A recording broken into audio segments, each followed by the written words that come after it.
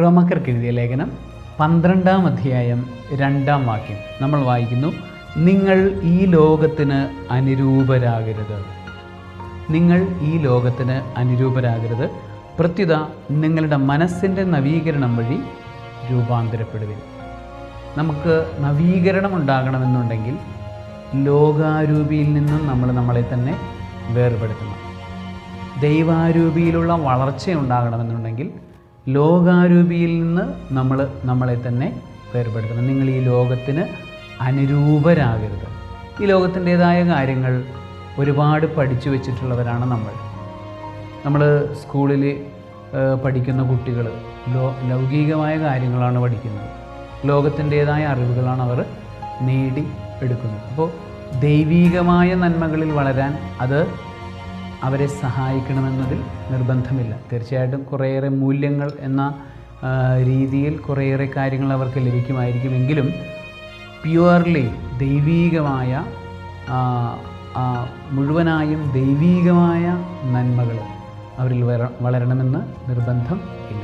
ആകയാൽ ആ ലോകാരൂപിയിൽ നിന്ന് വേർപെടാൻ, ലോകാരൂപിയിൽ നിന്ന് മാറി നിൽക്കാൻ നമ്മൾ നിരന്തരം ശ്രമിച്ചുകൊണ്ടിരിക്കണം, പരിശീലിച്ചുകൊണ്ടിരിക്കണം. ലോകത്തിലായിരിക്കുമ്പോൾ ഇതല്ല എൻ്റെ സ്ഥലം, ഇതല്ല എൻ്റെ രീതി, ഞാൻ ഇവിടേക്ക് ചേരേണ്ടവനല്ല, മറിച്ച് ഞാൻ ദൈവത്തോട് ചേരേണ്ടവനാണ് എന്നുള്ള ബോധ്യം മനുഷ്യൻ്റെ ഉള്ളിൽ, നമ്മുടെ ഉള്ളിൽ നിരന്തരം എപ്പോഴും ഉണ്ടായിരിക്കണം.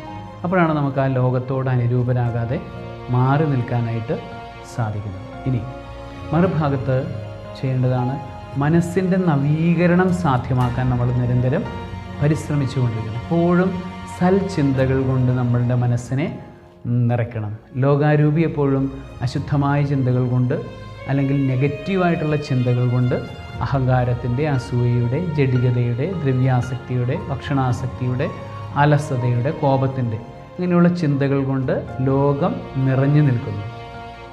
ലോകത്തിലുള്ള ഒരു സിനിമ കാണുകയാണെങ്കിൽ ഈ പറയുന്ന കാര്യങ്ങളെല്ലാം അതിനകത്തുണ്ടാകും.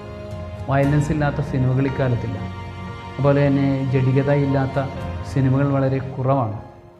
ആ നായകൻ്റെ അഹങ്കാരത്തെ ജ്വലിപ്പിച്ച് കാണിക്കുന്ന സിനിമകൾ, അപ്പോൾ ഇതൊക്കെ ലോകാരൂപി നമ്മളിൽ വളർത്തുന്നതാണ്.